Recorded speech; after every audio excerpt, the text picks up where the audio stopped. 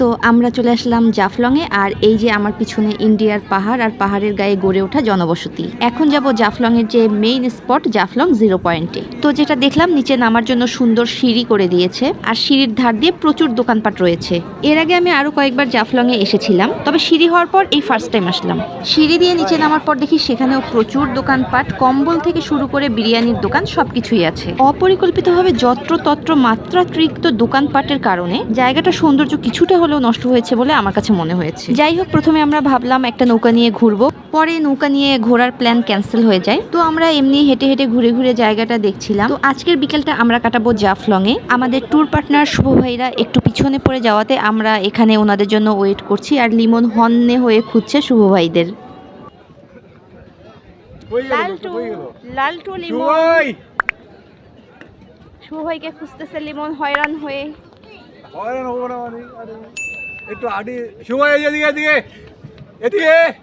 তো শুভ ভাইদের খুঁজে পাওয়ার পর আমরা হেঁটে হেঁটে চলে আসলাম জাফলং মেইন স্পটে। আর ওই যে দূরে দেখা যাচ্ছে ইন্ডিয়ার সেই বিখ্যাত ব্রিজটা। জাফলং এ আসলে সবাই যেটার সামনে ছবি তুলে, তো আমরাও তুলবো। তবে ওই দিন জাফলং এ প্রচুর মানুষের ভিড় ছিল। তো প্রথমে আমরা ভিড় কম এমন একটা জায়গায় যাব। এই যে ব্রিজের উপর দিয়ে গাড়ি যাচ্ছে।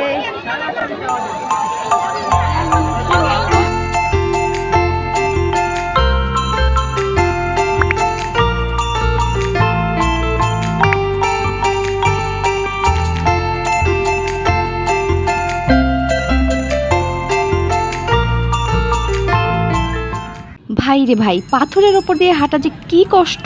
অনেকক্ষণ ধরে পাথরের উপর দিয়ে হাঁটতে হাঁটতে ক্লান্ত হয়ে অবশেষে একটা বড় পাথরের উপর বসে পড়লাম রেস্ট নিতে। আর এই জায়গাটায় মানুষজনের ভিড়ও কম। লাস্ট টাইম জাফলং এ এসেছিলাম বর্ষাকালে, তখন এই সব পাথর ছিল পানির নিচে, আর এই জায়গাটা আমরা নৌকায় করে ঘুরেছিলাম। এত পাথর এবারই আমি প্রথম দেখছি, মানে যত দূর চোখ যায় শুধু পাথর আর পাথর। তবে এখানে অপরিকল্পিতভাবে অনেক দোকানপাট গড়ে উঠেছে, আর দর্শনার্থীরা খাবার খেয়ে আবর্জনা যেখানে সেখানে ছুঁড়ে ফেলছে। এমনকি খাবারের দোকানদাররা ড্রামে বা বালতিতে সারাদিনের জমানো বর্জ্য আবর্জনা পাথরের উপর ফেলে দিয়ে চলে যাচ্ছে। এসব দেখলে অনেক মন খারাপ লাগে। আমাদের নিজেদের কোনো দায়িত্ববোধ তো নেই, তার উপর এসব দেখার বা নিয়ন্ত্রণ করারও কেউ নেই। কি আর করা, আজকের বিকেলটা কিন্তু অনেক সুন্দর। তো পুরো বিকেলটা আমরা জাফলংয়েই কাটাবো। একটু পরে সানসেট হবে, আমরা এখান থেকে সেটা উপভোগ করব। এই মুহূর্তে জাফলংয়ে আগে অনেকবার আসছি, এবার ঈদের ছুটি পায়েও আসলাম। সো জাফলংয়ে দেখার যা পাথর, পিছনে ইন্ডিয়ার পাহাড়, ইন্ডিয়ার বর্ডার, দাঁড়ায় আছি পাথরের উপরে, বিভিন্ন রঙের পাথর, রং বেরঙের পাথর। তো একটু পরে সূর্যটা টুপ করে ডুবে যাবে, তাই ভাবলাম তার আগে সুন্দর একটা ভিডিও করে নেই।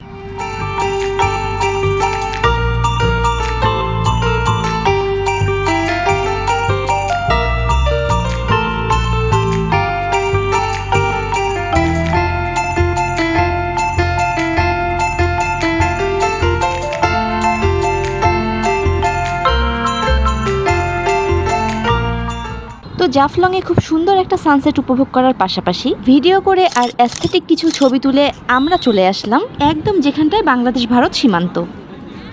যাও, অতিক্রম করো। না না, অতিক্রম করো, অতিক্রম করো। বাংলাদেশেই পড়ছে, না সমস্যা নাই, বাংলাদেশেই পড়ছে।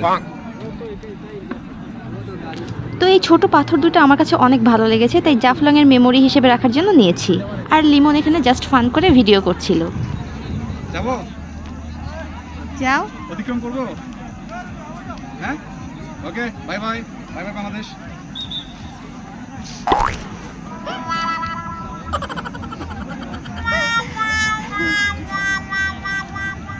এই যে রশি দিয়ে বাংলাদেশ আর ভারতের সীমান্ত আলাদা করা, আর ওই যে নৌকাগুলো, ওগুলো কিন্তু ইন্ডিয়ার নৌকা। আর এখানে আমি দেখাচ্ছি আমার পাথরগুলো।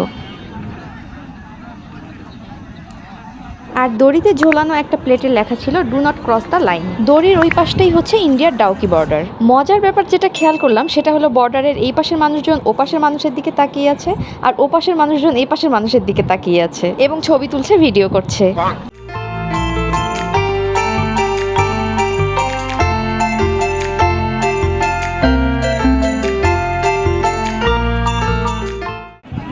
জাফলং 0 পয়েন্টে এটা হচ্ছে বিএসএফ এর একটা পোস্ট, বিএসএফ এর একটা সিকিউরিটি পোস্ট।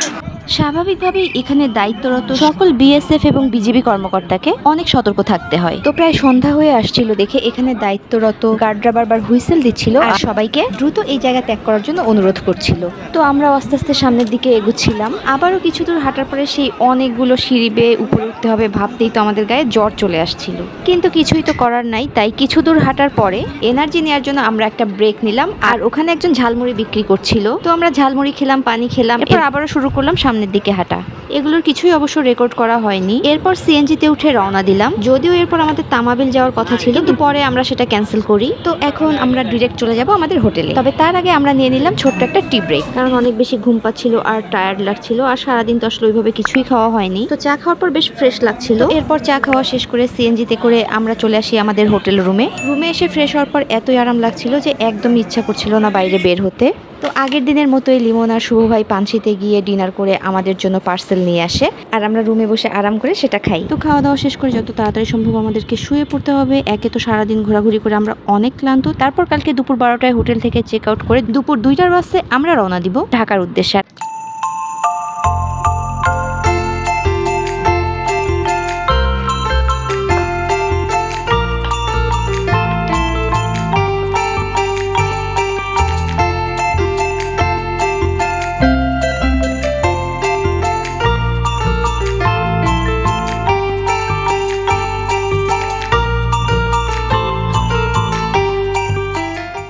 Next morning. আজকে আমাদের সিলেট ট্রিপের তৃতীয় এবং শেষ দিন, মানে আজকে দুপুর 2টার বাসে আমরা রওনা দিব ঢাকার উদ্দেশ্যে। কিভাবে যেন চোখের পলকে ট্যুরটা শেষ হয়ে গেল, খুবই মন খারাপ লাগছে। তো সকাল সকাল ঘুম থেকে উঠে ফ্রেশ হয়েই চলে আসলাম রেস্টুরেন্টে ব্রেকফাস্ট করতে। আমাদের রুমের সাথে কমপ্লিমেন্টারি বুফে ব্রেকফাস্ট ছিল। লাস্ট 2 দিন তো ঘোরাঘুরির জন্য খুব তাড়াহুড়োই কেটেছে। তো আজকে যেহেতু আর কোথাও যাব না, তাই একটু আরাম করে সময় নিয়ে রিল্যাক্সলি ব্রেকফাস্টটা করব। তো প্রথমেই আমরা নিয়েছি পেঁপের জুস আর ক্লিয়ার স্যুপ। স্যুপটা বেশ মজা ছিল। গতকালের থাই স্যুপটাও নাকি খুব মজা ছিল, কিন্তু আমি মিস করে ফেলেছি। ওদের ব্রেকফাস্ট আইটেমগুলো বেশ ভালো ছিল, ফ্রেশ ছিল এবং টেস্টিও ছিল। তো ব্রেকফাস্ট শেষ করে বসে আমরা একটু আড্ডা দিচ্ছিলাম। তো লাস্ট 2 ডেজ আমরা যে জায়গাগুলো ভিজিট করেছি সেগুলোকে আমরা র্যাঙ্কিং করছিলাম যে কার কোন জায়গাটা সব থেকে বেশি ভালো লেগেছে এবং কেন ভালো লেগেছে। আর সারপ্রাইজিংলি আমাদের 4 জনেরই সব থেকে ভালো লেগেছে লালাখাল। যদিও প্রত্যেকটা জায়গায় ছিল কিন্তু আলাদা রকমের সুন্দর। রেস্টুরেন্ট থেকে বের হওয়ার আগে আমরা কিছু গ্রুপ ফটো তুলে নিলাম। ব্রেকফাস্ট শেষ করে আমাদের সুইমিং পুলে নামার প্ল্যান ছিল, কিন্তু পরে আমাদের আর নামা হয়নি। শুভ ভাইয়ের অবশ্য নেমেছিল। আমরা রুমে গিয়ে একটু রেস্ট নিয়ে এরপর ব্যাগ ট্যাগ গুছিয়ে চেক আউট করে উঠে পড়ি সিএনজিতে বাস কাউন্টারে যাওয়ার জন্য।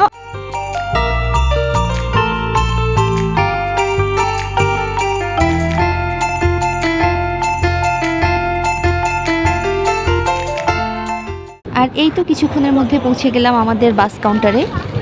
আমাদের বাস ছাড়তে এখনো 1 ঘন্টার মতো সময় বাকি আছে। তো আমরা ওদের কাউন্টারে গিয়ে বসলাম। তো সময় হয়ে এলে প্রথমে আমরা বাসের বক্সে আমাদের ট্রলিগুলো দিয়ে দিলাম।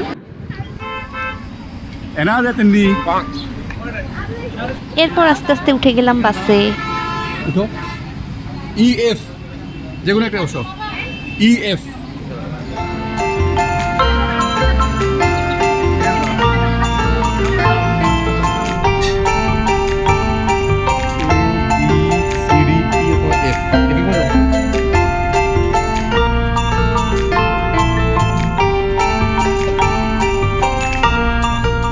অনেক ভালো একটা ট্যুর হলো আলহামদুলিল্লাহ। অনেক অনেক এনজয় করেছি, অনেক ঘুরেছি, অনেক অনেক প্রাকৃতিক সৌন্দর্য উপভোগ করেছি। এখন ঘরে ফেরার পালা, অপেক্ষা করছি বাস ছাড়ার। আর এই যে আমার পাশের সিটে লিমনের ব্যাগ, কিন্তু লিমন এখনো সিটে আসেনি। ফাইনালি আমাদের বাস শুরু করলো ঢাকার উদ্দেশ্যে যাত্রা। আর এরই সাথে আমাদের এবারের এই সুন্দর মেমোরেবল সিলেট ট্রিপের সমাপ্তি হতে যাচ্ছে এখানেই।